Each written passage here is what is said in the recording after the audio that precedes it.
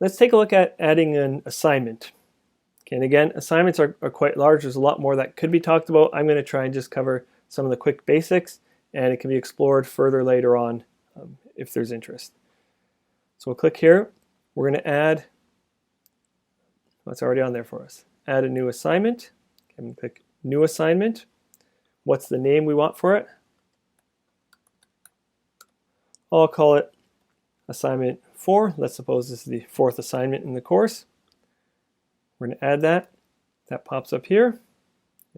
I might prefer it to be here in my list of things. And if I click on that, we can edit the assignment. So we click on here in order to edit it. And there's a few ways that assignments can be organized. I'll just show one. I think I'll just show one for now.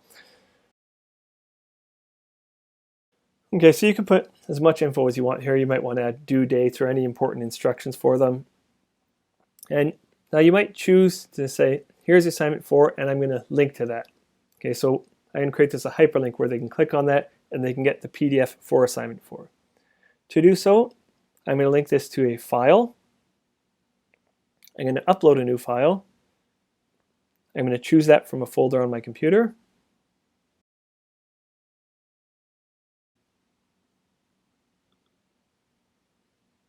And don't forget, one thing that I always forget to do is click the upload after doing that. You'd think once you choose it, it's done, but you actually have to hit upload or it won't be complete.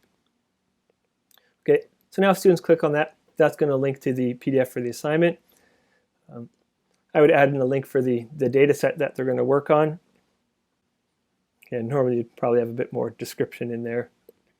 You can choose the points that the assignment's worth. And it's okay if you want to adjust this later. You can put it in now and you can always edit it later in a few ways. Okay, so you're not tied to whatever you enter here. Display points as. Would you like students to see the total points they scored, or would you like it presented to them as a percentage? Okay, and so this is helpful for when the assignment, say, is worth 55 points. You might prefer them to see a percentage grade rather than the total points. You can choose if you want this to count towards their grade or not. Okay, so when there's quizzes and assignments, by default, R will add these into the grade book for the students. So there'll be a grade book created that records all their assignment grades and quiz grades and so on. Here's where we select the submission type.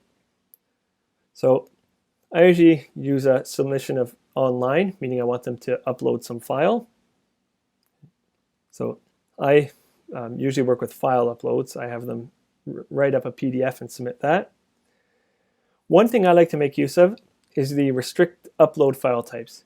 So you can allow them to only upload, say, PDF files. I like to do this because I find with Word, students upload a Word file and then the formatting changes and things disappear. You can have more than one, so you can allow them to only upload PDF or doc files. You can have group assignments. I won't get into talking about these because I think that requires a bit more time. You can require peer reviews. And then here's where you'd select what date is the assignment due, when is it going to be visible to students, and when is it going to stop being visible. Once you've done all that, you can save it. And again, let's go back to the module that we're working on. And we can see that here. Okay, and again, just a reminder, if these are not published, students will not be able to see these when they look at the website. So what's a good practice is when you're building it out, keep them all unpublished until you're comfortable with it and you're ready to show it to students, and then you can publish it. Okay, and another note, there's always some tricky things in Canvas. Even though all of these are published, since this module has not been published, students will not be able to see any of Module 1.